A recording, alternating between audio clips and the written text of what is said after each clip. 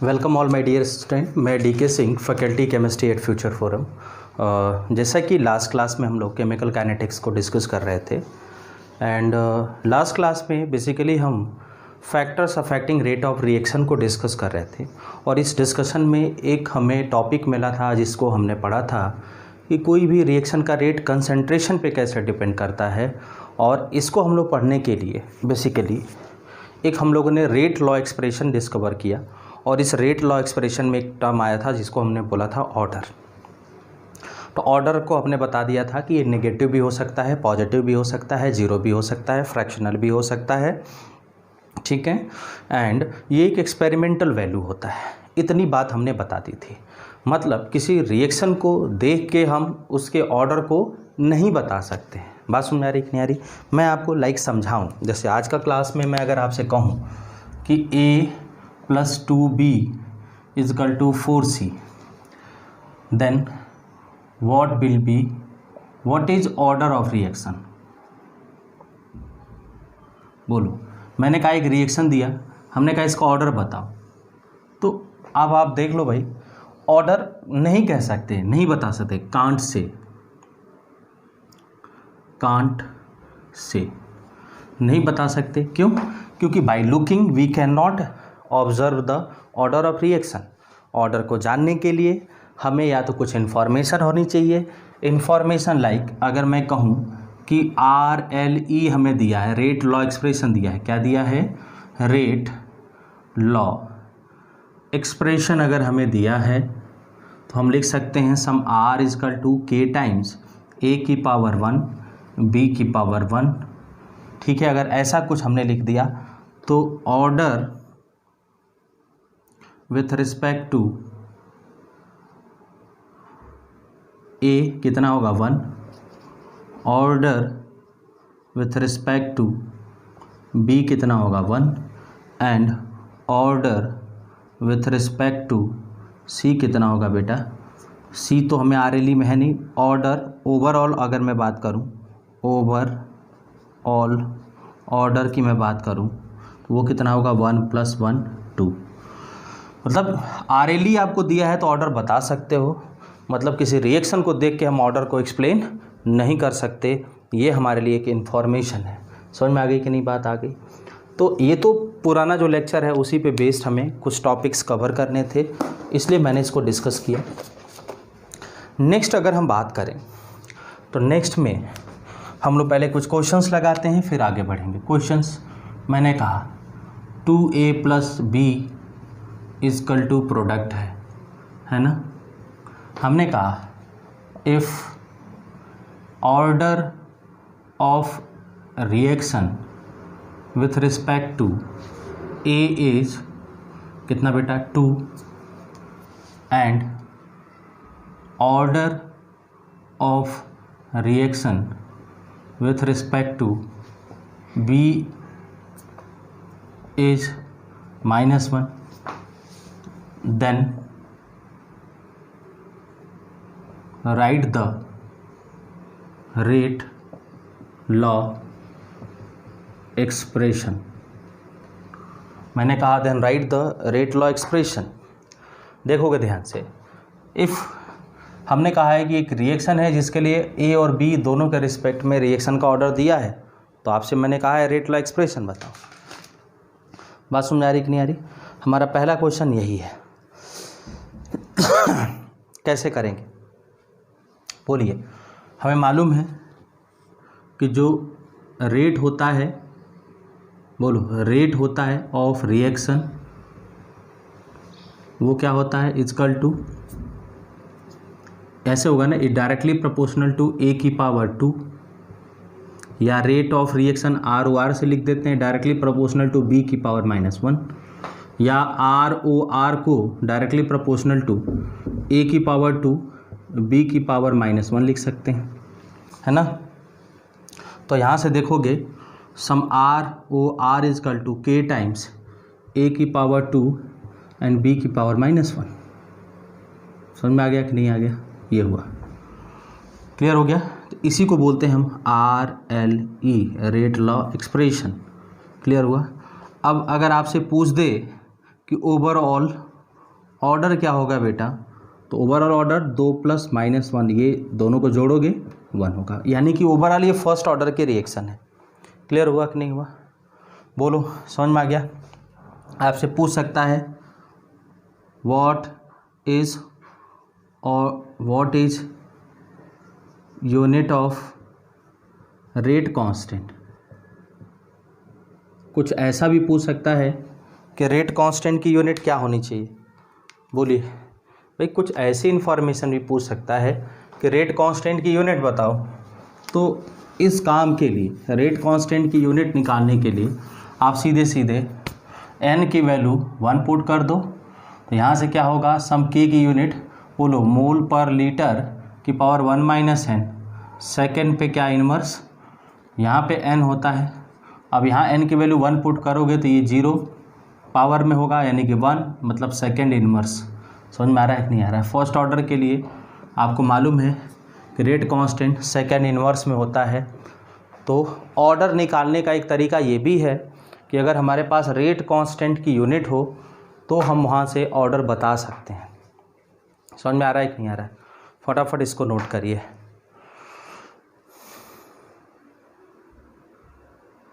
बोलो बेटा, समझ में आ गया, क्लियर हो गया कि नहीं हो गया, इसको नोट करोगे। अब मैं कुछ इन्फॉर्मेशन इसमें तुमसे और शेयर करना चाहूँगा। इन्फॉर्मेशन शेयर करने की बात अगर मैं कहूँ,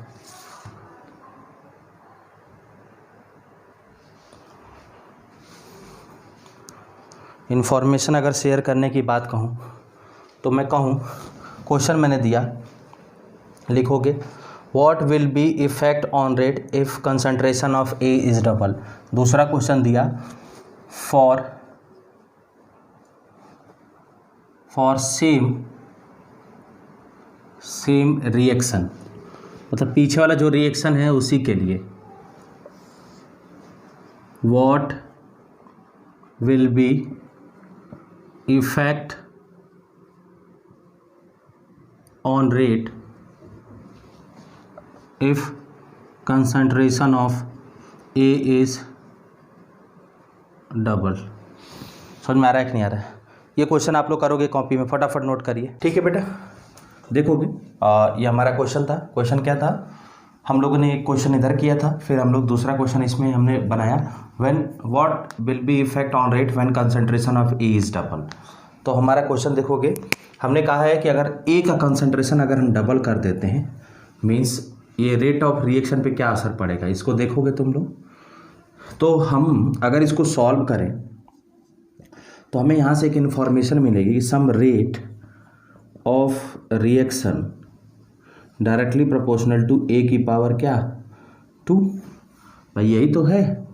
अब यहाँ से अगर are directly proportional to A की पावर 2 तो आर डैश क्या होगा, हम निकाल लेते हैं 2a। भाई ट्वाइस कर रहे हैं ना, डबल कर रहे हैं कंसंट्रेशन, 2a की पावर 2। अब अगर मैं r अपान आर डैश की बात करूँ तो ये होगा 1/2 की पावर क्या 2। क्लियर हो गया कि नहीं हो गया। मतलब यहाँ से हम बात करें तो आर डैश होगा 4 टाइम्स r, मतलब 4 टाइम्स बढ़ जाएगा। क्या होगा इफेक्ट भाई, 4 टाइम्स इंक्रीज। समझ में आ गई कि नहीं आ गई। क्वेश्चन का मतलब आपको समझ में आ गया ना, बोलिए। अब नेक्स्ट क्वेश्चन की तरफ हम लोग मूव करते हैं। नेक्स्ट क्वेश्चन है कि effect on rate if concentration of B is reduced to 1/3।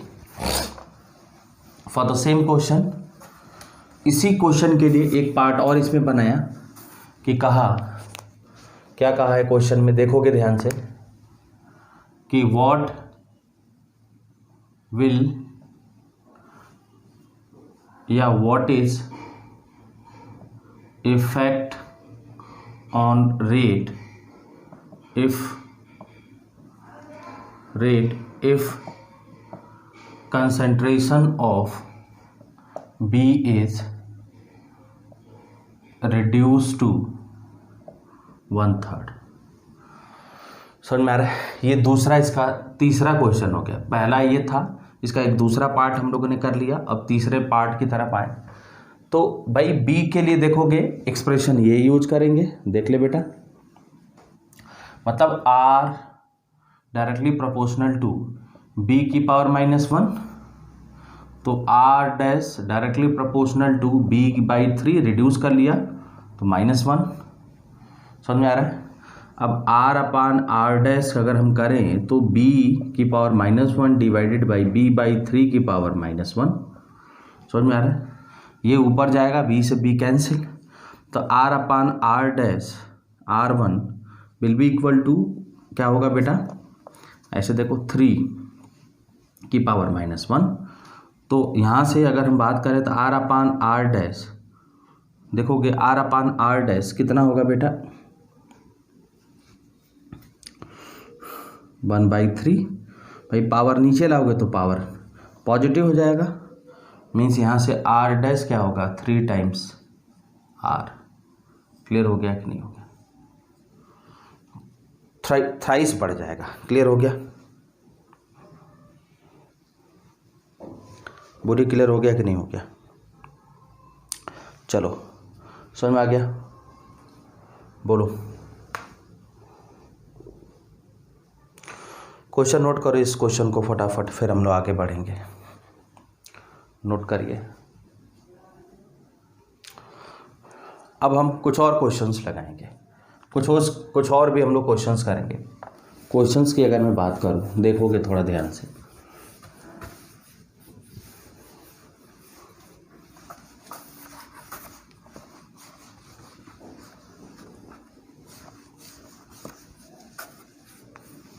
देखोगे कह रहा है कि ऐसा बोला B इजकल टू, क्वेश्चन है B इजकल टू प्रोडक्ट, है ना, B इजकल टू प्रोडक्ट दिया है, आपसे पूछ रहा है कि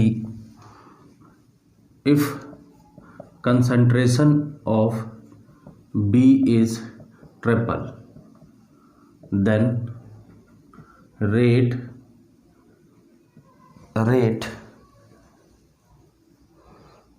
increase 9 times, then what is order of reaction। Okay ना बेटा, अब इसमें चेंज कर दिया, अब इसमें कंसंट्रेशन के चेंज के साथ रेट में होने वाले चेंज को भी बता दिया, और आपसे पूछा जा रहा है कि ऑर्डर क्या होगा। बात समझ में आ रही कि नहीं आ रही, मतलब कंसंट्रेशन में चेंज होने के साथ साथ आपसे अब पूछ रहा है कि ऑर्डर में क्या चेंज होगा। क्लियर हो रहा है आप लोगों को, देख लीजिए, कोई डाउट तो नहीं है इसमें। तो सिंपल जो तरीका हमने समझा है वही करेंगे।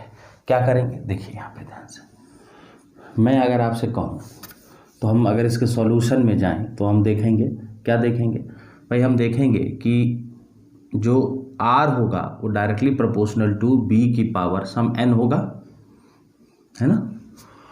अब कह रहा है यहाँ से कि जब इसको ट्रिपल किए, मतलब 3R, मतलब कंसंट्रेशन ऑफ B को 3B करा, तो ये कितना हो गया 9R हो गया, है ना। बात समझ में, बोलो, ये 9 टाइम हो गया, ये 3 टाइम हो गया, ये और इक्वेशन बनेगा, इक्वेशन 1 होगा, ये इक्वेशन 2 होगा, दोनों को डिवाइड करो तो क्या होगा 1/9 विल बी इक्वल टू 1/3 की पावर क्या n।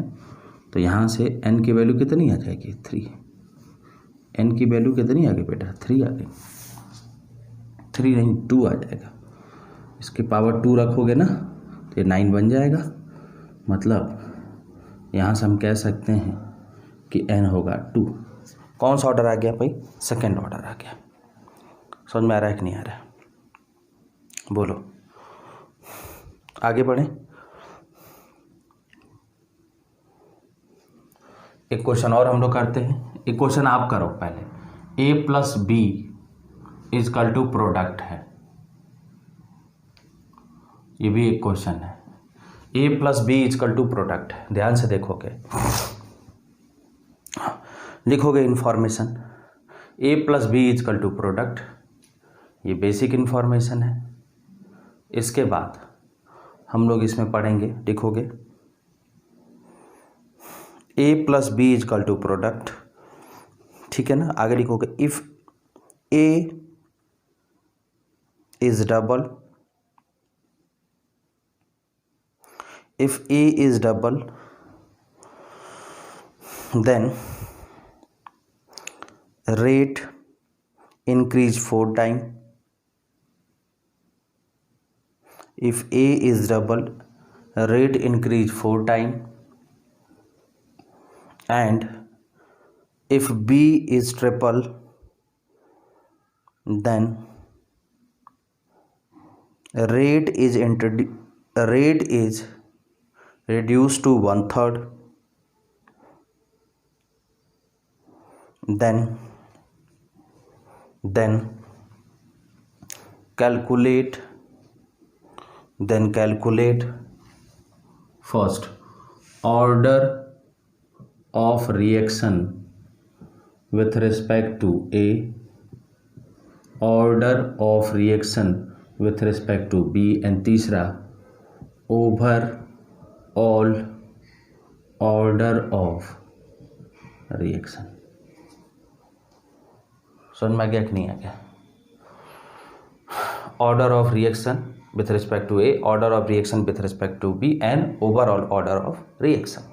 समझ में आ रहा है?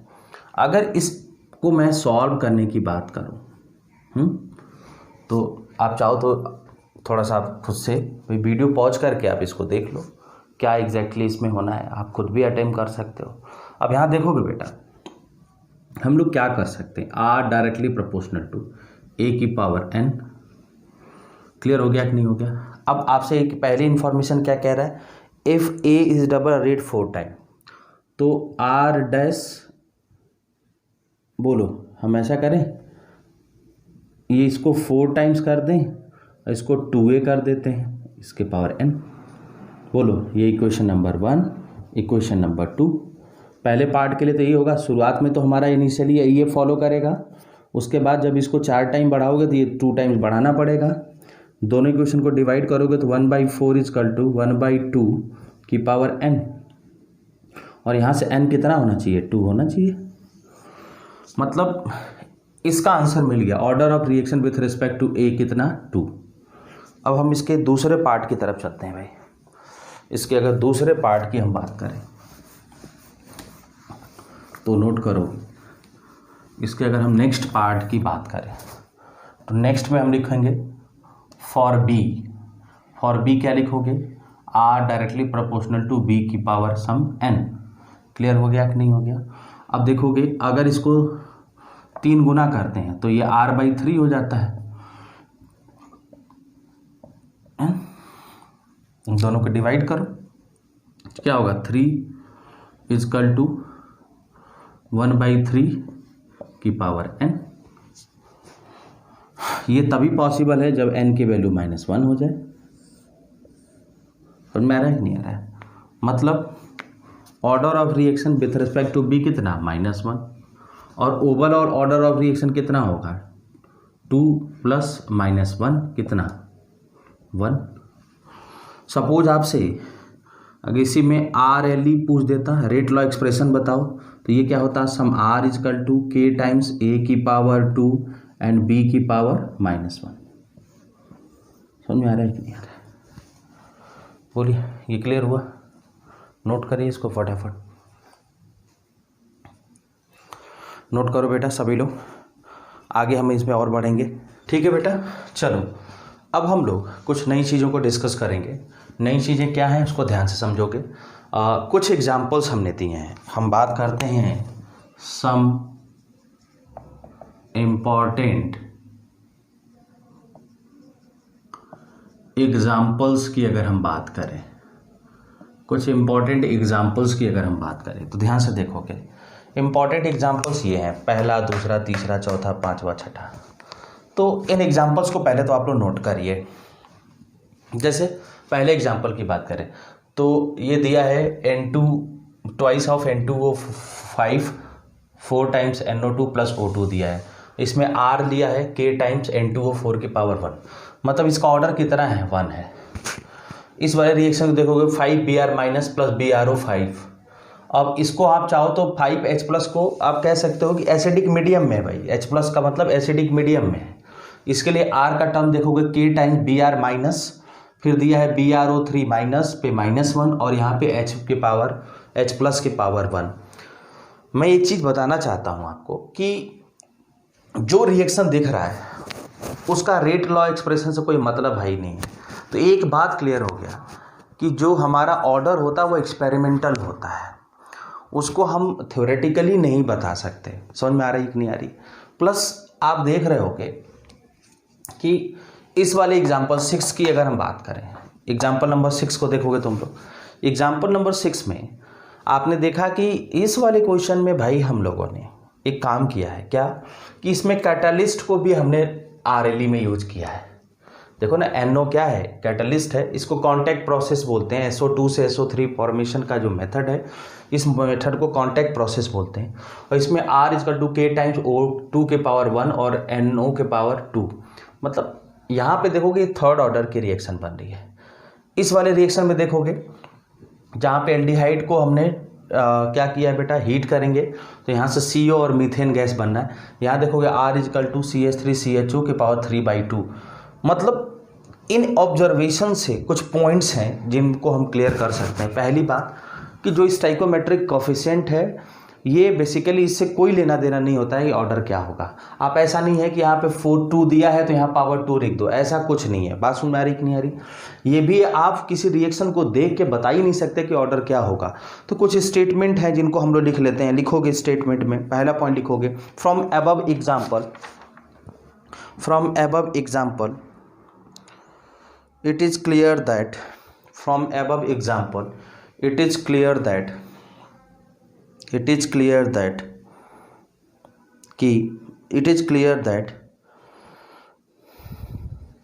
there is no relation between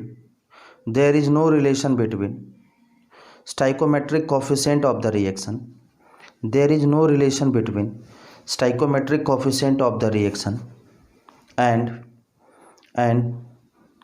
order of reaction. पहली पॉइंट मतलब इन एग्जाम्पल से क्लियर है कि स्टाइकोमेट्रिक कोफिशिएंट और ऑर्डर के बीच में कोई रिलेशन नहीं होता। दूसरी पॉइंट लिखोगे, order is always determined experimentally order is always determined experimentally which is fixed while stoichiometric coefficient ये कोफिशिएंट को चेंज कर दो, यहाँ 4 कर दो, यहाँ 8 कर दो, तो stoichiometric coefficient can change. Clear हो गया कि नहीं हो गया? बोलो क्लियर हो गया? मतलब हम ऑर्डर को चेंज नहीं कर सकते लेकिन स्टाइकोमेट्रिक कोफिशिएंट को हम चेंज कर सकते हैं। क्लियर हो गया? आगे लिखोगे रेट लॉ एक्सप्रेशन, आगे लिखोगे rate law expression involve reactant, rate law expression normally लिखोगे, normally involve reactant but sometime देखोगे it involve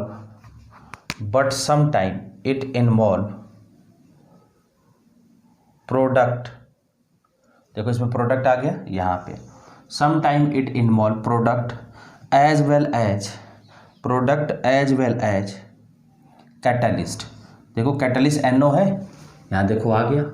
मतलब हम कह सकते हैं कि ये नॉर्मली बेटा रिएक्टेंट को कंटेन करता है, लेकिन सम टाइम हम बात कर सकते हैं प्रोडक्ट भी आ सकता है और कैटलिस्ट भी आ सकता है। समझ में आ रहा है कि नहीं आ रहा है? तो ये पॉइंट हमारे लिए बहुत इंपॉर्टेंट है। थ्योरेटिकल क्वेश्चन बनेंगे तो थ्योरेटिकल क्वेश्चन को डील करने का यही एक तरीका होगा। अब मैं आपसे बताऊं तो RLE में क्या नहीं आ सकता उसको लिखोगे, but RLE do not contain reaction intermediate, organic chemistry जब आप पढ़ते हो ना बेटा, तो ऑर्गेनिक में रिएक्शन इंटरमीडिएट बताया जाता है, तो यहाँ पे उसको नोट कर लो। RLE do not contain reaction intermediate. समझ में आ गया कि नहीं आ गया? बोलो, क्लियर हो गया? आगे बढ़ते हैं। आगे बढ़ोगे, नेक्स्ट पॉइंट लिखोगे। नेक्स्ट पॉइंट लिखोगे, on changing stoichiometric, on changing stoichiometric, stoichiometric नहीं, stoichiometry, on changing stoichiometry of the reaction, of the reaction, rate of reaction, rate of reaction, rate constant, rate constant, changes, changes, changes, rate of reaction and rate constant changes, but rate of individual species, but rate of individual species do not change, but rate of individual species do not change, do not change या remain same कह सकते हो। आगे बढ़ते हैं। only for simple, only for simple or elementary reaction, only for simple and elementary reaction, only for simple and elementary reaction,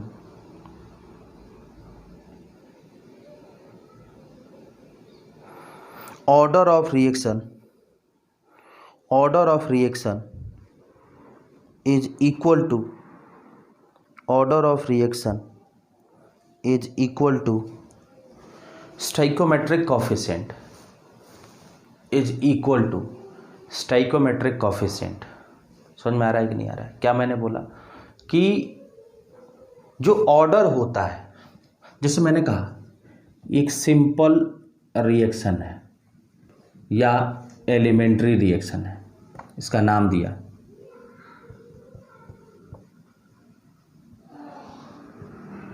किसी reaction को हमने एलिमेंट्री और सिंपलर कर दिया, ऐसे कहा 2A + B = प्रोडक्ट, है ना।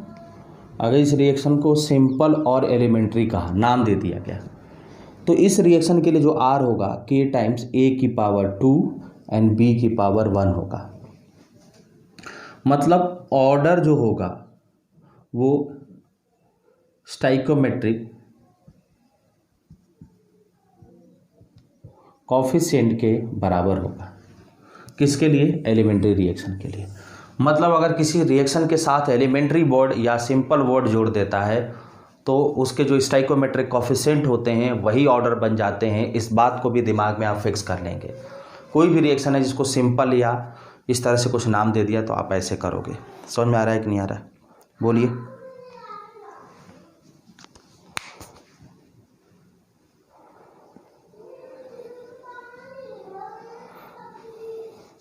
आगे बढ़ोगे, आगे बढ़ोगे।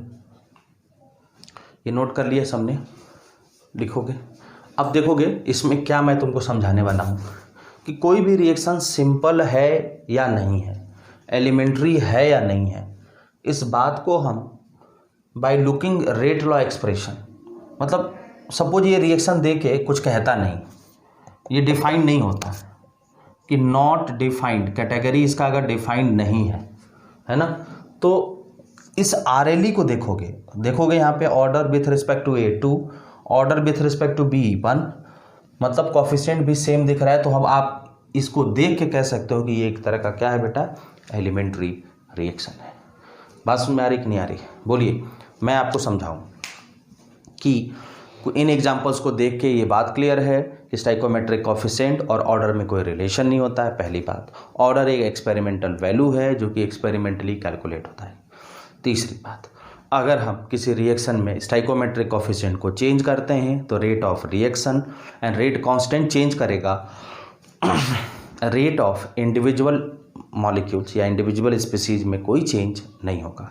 उसके बाद हमने बताया कि अगर कोई रिएक्शन एलिमेंट्री है तो इस केस में जो ऑर्डर होगा वही स्टाइकोमेट्रिक कॉफिशिएंट होगा, या जो स्टाइकोमेट्रिक कॉफिशिएंट होगा वो हमारा ऑर्डर होगा। बात समझ में आ रही कि नहीं आ रही? देख लीजिए। और हमने बताया कि किसी भी केमिकल रिएक्शन में स्टाइकोमेट्रिक कॉफिशिएंट चेंज हो सकता है, लेकिन कुछ भी हो, किसी भी तरह का चेंज हो, उसका ऑर्डर चेंज नहीं होगा। हमने पीछे कुछ क्वेश्चंस लगाए हैं, उनमें देखा होगा ऑर्डर हम सेम ही ले रहे हैं, एन ही ले रहे हैं उनके पावर में, क्योंकि ऑर्डर चेंज नहीं होता है। ये बड़ा इंपॉर्टेंट पॉइंट्स हैं। इन इंपॉर्टेंट पॉइंट्स को आप दिमाग में फिक्स रखोगे कि कुछ ऑर्डर से रिलेटेड इस तरह की चीज़ें भी हो सकती हैं। बात समझ में आ रही कि नहीं? इसको नोट करो, फिर हम लोग आगे बढ़ेंगे। फटाफट नोट करिए इसको। कुछ क्वेश्चंस वगैरह भी हम कर सकते हैं इसमें। बात समझ में आ रही कि नहीं आ रही? बोलो बेटा, ये कर लिया? बोलो।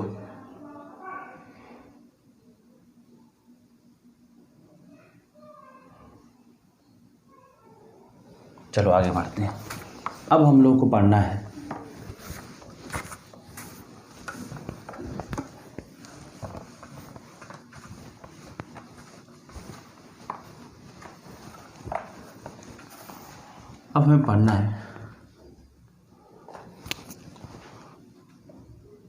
रिलेशन बिटवीन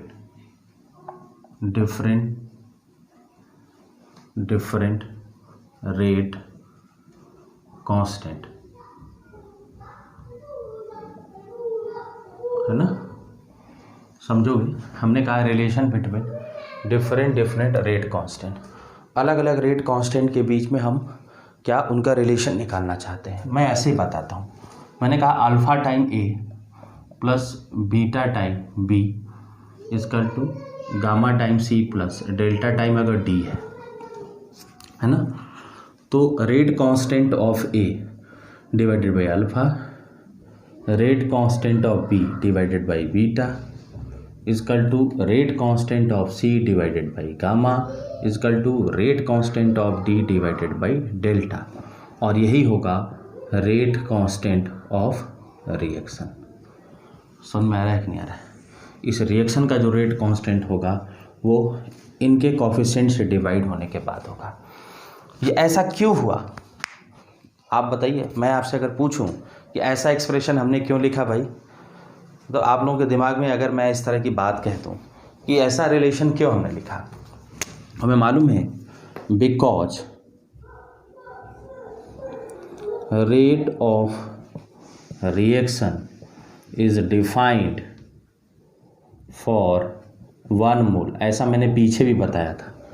जो रेट ऑफ रिएक्शन होता है वो 1 मोल के लिए डिफाइन होता है भाई, पर मोल के लिए। समझ में आ रहा है कि नहीं आ रहा है? तो इसका रेट कांस्टेंट के ए है, तो 1 मोल के लिए कितना होगा? के ए डिवाइडेड बाई अल्फा।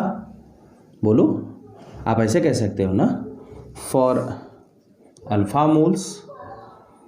बोलो, के ए है तो 1 मोल के लिए बोलो के ए बाई अल्फा, और यही क्या होगा? के रिएक्शन होगा। समझ में आ गया कि नहीं आ गया? बोलिए, ये बात समझ में आ गई सबको? इसको ध्यान से देखोगे फटाफट। चले आगे बढ़े। बोलो, मैंने कहा 2a plus B equal to 4c plus 5d, ठीक है ना? मैंने कहा calculate the rate constant for a, b, c and d if rate constant for the reaction is x। ऐसे मैंने एक नॉर्मल क्वेश्चन बनाया है जिसमें हम लोगों ने कहा है कि रेट कांस्टेंट आपको दिया है। बात समझ में आ रही कि नहीं आ रही? या ऐसे भी हो सकता है कि derive the relation between rate constant of A, B, C and D। ऐसा भी क्वेश्चन बन सकता है। आ रही बात समझ में? मतलब derive the relation between A, B, C, ऐसा भी क्वेश्चन बन सकता है। आपको बात समझ में आ रही है? बोलिए कैसे करेंगे इसको। सबको मालूम है कि A divided by 2 equal to B, तो KA यहाँ पे KB equal to KC divided by 4 equal to KD divided by 5 equal to क्या होगा X। यहाँ से सबकी वैल्यू निकाल लोगे। KA कितना होगा 2X, KB कितना होगा बेटा बोलो X, KC कितना होगा बोलो 4X, KD कितना होगा 5X। समझ में आ रही बात कि नहीं आ रही है? ये समझ में आ गया? क्वेश्चन था, इस क्वेश्चन को हम लोगों ने किया।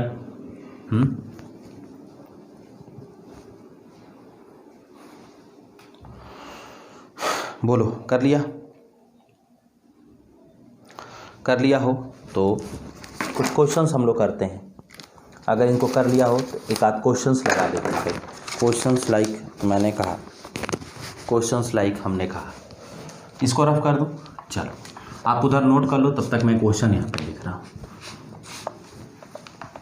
क्वेश्चंस की अगर हम बात करें, क्वेश्चन है बेसिकली ये जेई में पूछा गया था एक बार क्वेश्चन। मैं बताऊँ ये क्वेश्चन जेई और नीट में पूछा जा चुका है कई बार। ठीक है, is equal to 4NO2 plus O2 दिया है और क्या दिया है समझो। यहाँ दिया है -d/dt, ऐसे दिया है -d/dt। यहाँ पे दिया है बेटा N2O5 और ये बराबर दिया है K1 टाइम N2O5 की पावर 1। ठीक है, दूसरा दिया है d/dt, यहाँ पे NO2 और ये इक्वल है K2 टाइम्स N2O5 है ना की पावर 1 और DO2 ओवर एक dt भी है और इसकी वैल्यू दिया है K3 टाइम्स N2O5 की पावर 1। तो पूछ रहा है डेराइव रिलेशन बिटवीन क्या बेटा K1, K2 एंड K3। ये क्वेश्चन का पार्ट है जिसको हमें डेराइव करना है। क्या पूछा गया? Derive relation between K1, K2 and K3। समझ में आ रहा है कि नहीं आ रहा है? कर सकते हो इसको? बोलो बेटा। आप इसको आराम से कर सकते हैं भाई, परेशान होने की बिल्कुल भी ज़रूरत नहीं है। अरे आपको दिख रहा है कि ये इक्वेशन है हमारा। अब देखो ये क्या है, ये रेट ऑफ ये सभी एक्सप्रेशन RLE है। समझ में आ रहा है कि नहीं आ रहा है? इसको कैसे सॉल्व करोगे आप थोड़ा खुद भी सोचोगे वीडियो पॉज करके, मैं बता रहा हूँ। सबसे पहले रेट एक्सप्रेशन लिखते हैं। रेट एक्सप्रेशन क्या होगा भाई? रेट लॉ एक्सप्रेशन और रेट एक्सप्रेशन दोनों में डिफरेंस है। रेट एक्सप्रेशन हमने शुरुआत में पढ़ा था, रेट लॉ एक्सप्रेशन ये है। इसमें रेट लॉ एक्सप्रेशन में K का टर्म आता है, रेट एक्सप्रेशन में रेट कांस्टेंट का कोई टर्म नहीं आता है। हमें मालूम है कि 1/2 minus d/dt N2O5 equal to 1/4 d/dt क्या बेटा NO2 इजकल टू क्या बता d/dt क्या बेटा O2। आप देखो d/dt यहाँ आ गया, बोलो समझ में आ गया कि नहीं आ गया? dNO/dt यहाँ आ गया और माइनस dN2/dt यहाँ आ गया। अरे पुट करो बेटा, यहाँ वैल्यू सबका पुट कर दो, खत्म कहानी। पूरा सॉल्व करें इसको। बोलिए, पूरा सॉल्व करें सभी लोग। देखोगे यहाँ पे 1/2 माइनस dN2O5/dt लिखोगे कि नहीं, रेट एक्सप्रेशन तो ऐसे ही बनेगा ना। मैं यहाँ अगर कहोगे तो सॉल्व भी कर सकता हूँ इस क्वेश्चन को। क्लियर हो रहा है कि नहीं हो रहा है? देख लोगे क्वेश्चन को कैसे देखना है, थोड़ा सा समझोगे।